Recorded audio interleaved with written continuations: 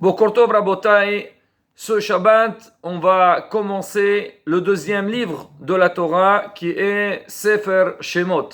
Mais je tiens à rappeler qu'aujourd'hui, c'est la journée des Lulot de très grands rabbanim, le Rambam, Rabbi Moshe Bar Maimon, donc lui il est connu, il a écrit donc ce qu'on appelle le Rambam, et il était connu aussi par sa grandeur, et aussi c'était le médecin du roi, il était dans pas mal de pays du monde, il était en Égypte, il était en Espagne, et aussi c'est la Iloula de Rabbi Yaakov Bouhsera, on appelle Milumad Ben Nissim, c'est connu la famille Bouhsera avec ses Nissim Vineflaot, avec leur grande Qudusha.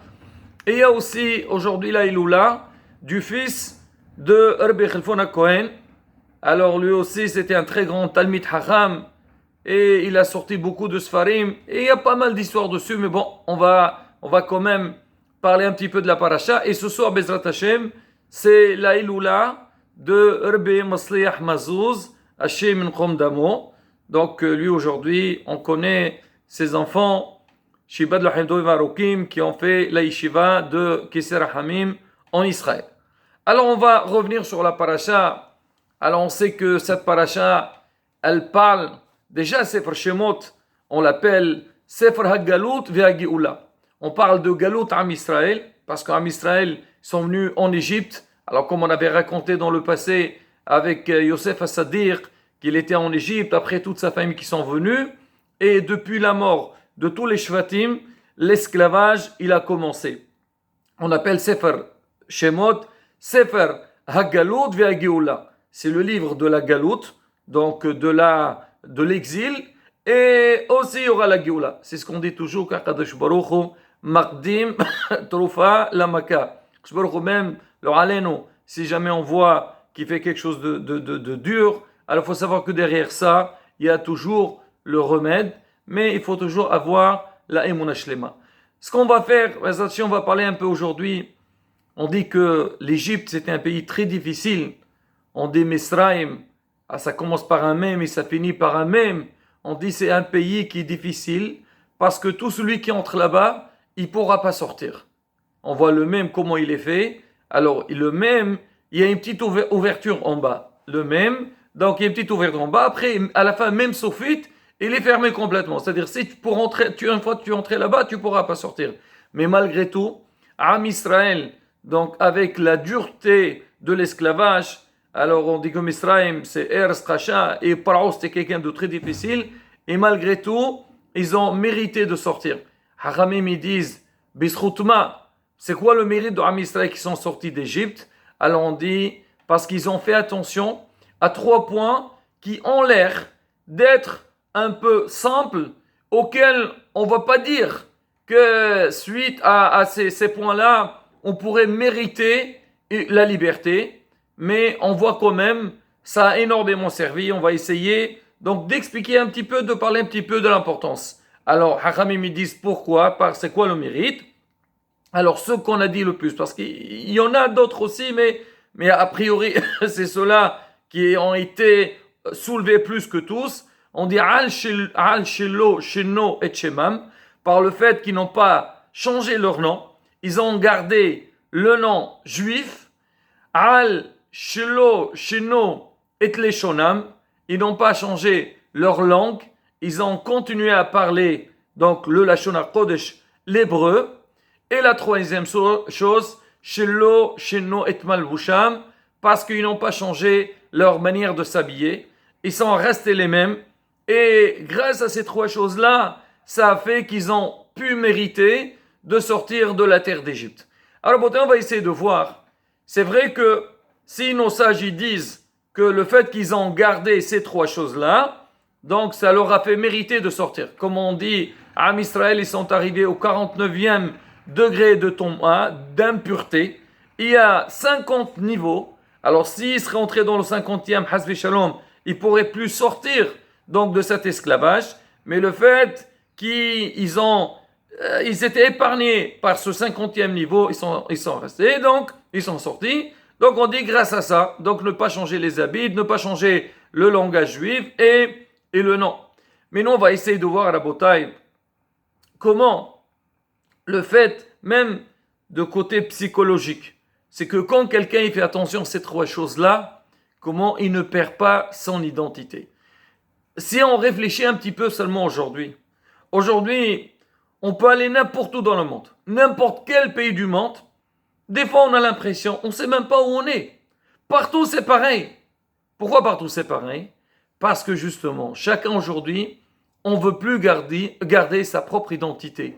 Chacun, il essaye de copier sur l'autre, ou des fois parce qu'il y a ce qu'on appelle la concurrence, et moi, je vais essayer de faire mieux que l'autre. Comment? Moi, je veux me faire connaître, alors je vais faire ce qu'ils ont fait les autres, mais je vais faire mieux que ça. Et Hachem Ishmor, on se perd.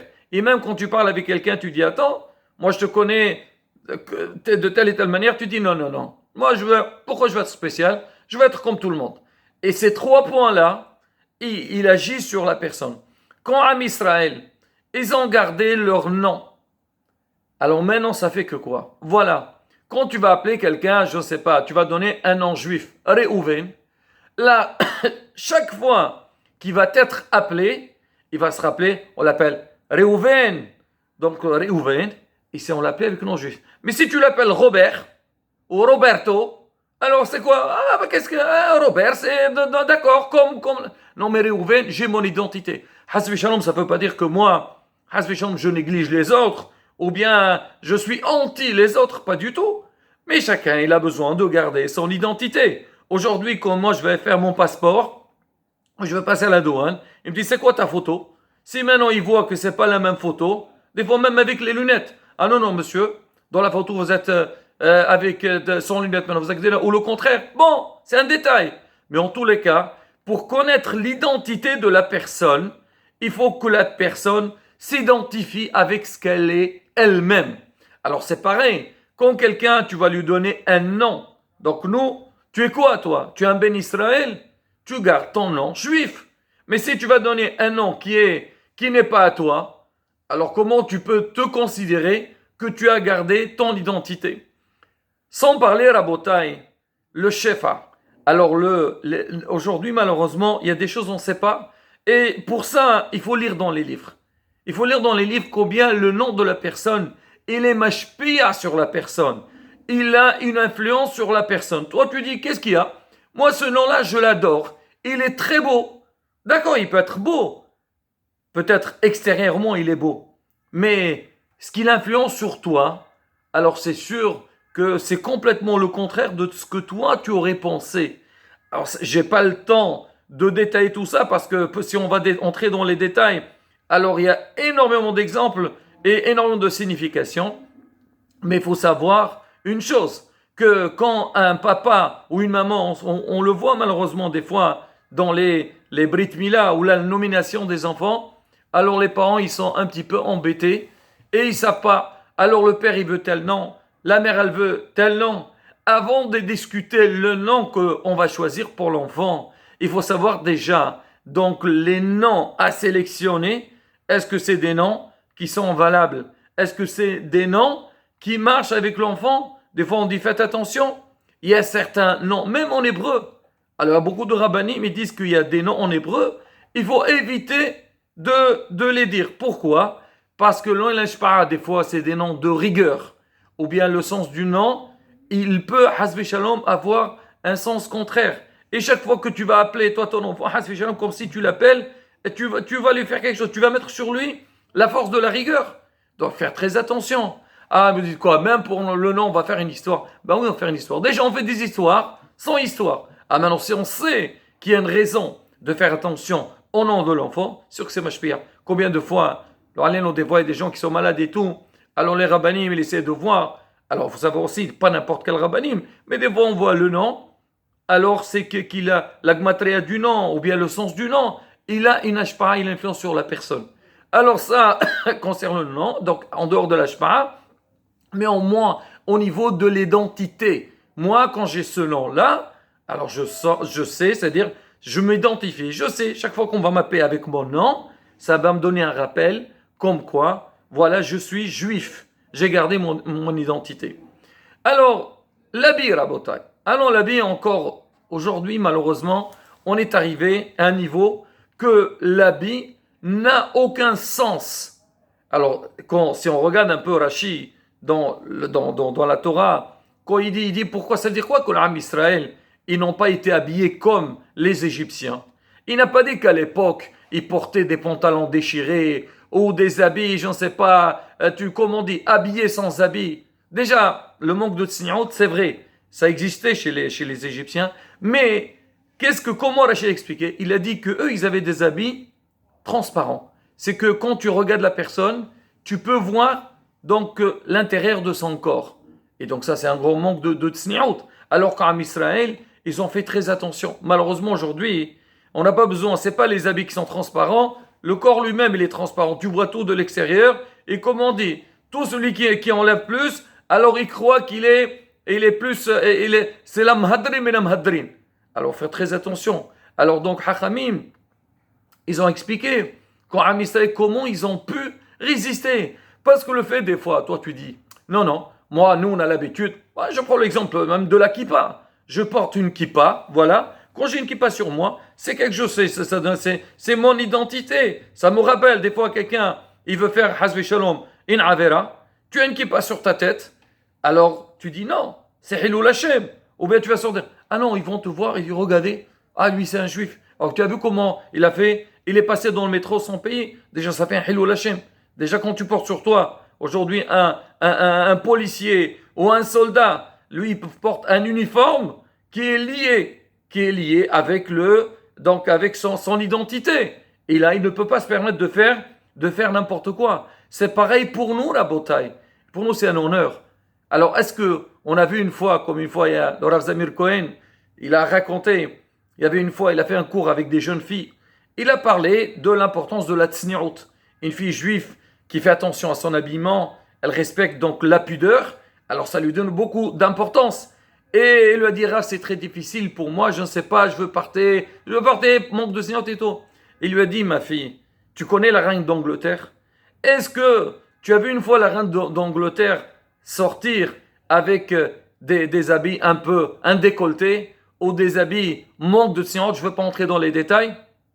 Elle a toujours un chapeau sur sa tête. Pourquoi il y a tout ça? Parce que c'est la reine de l'Angleterre. Elle est spéciale. Ben nous, à Israël aussi, Kadosh Baruch Hu, on a été élus, on a reçu la Torah. Ben on a besoin de montrer notre identité. Comme notre identité, c'est faire attention à la tzniut. Et je finis, Rabotai, aussi avec la Shona Chodesh. Quand à Israël, ils ont la Shona Chodesh, ils parlent hébreu. Je ne dis pas qu'il ne faut pas parler la langue du pays, mais travailler sur ça. Déjà, quand on connaît la Shona Chodesh, ça nous donne beaucoup de facilité. Donc, d'aborder les textes de la Torah, les textes de nos ancêtres, et aussi une communication. Quand on voit combien de fois ça nous arrive, on se déplace, on est dans un endroit, le fait qu'on parle hébreu, on va voir notre juif, on a la possibilité de communiquer. Et tu es dans un pays, tout le monde parle une langue étrangère. Mais quand tu vas passer, je ne sais pas où, à Beth Chabad, ou à une synagogue, ou à un endroit, comment tu vas communiquer? Il y a le Lashon HaChodesh. Et ça, Rabotai, on le voit même aujourd'hui avec nos propres yeux, quand on fait attention à ces trois détails-là, combien ça nous protège, combien ça nous garde pour la continuité de nos enfants. À plus forte raison, à l'époque, quand ils étaient en esclavage en Égypte, alors au fait qu'ils ont gardé ça, ils ne se sont pas mélangés avec les goïms, et Baruch Hashem, ils ont été zorés d'avoir la Géoula Shlema. Nous aussi, Rabotai, pour le savoir, quand on fait attention à ces choses-là, c'est pas Hazve Shalom, on n'aime pas les autres, qu'on rejette les autres, pas du tout. Mais l'homme, il a besoin de garder son identité. Quand tu fais attention à ton identité, alors il y a une assurance pour la continuité. Amen. Shabbat Shalom, Mvorach.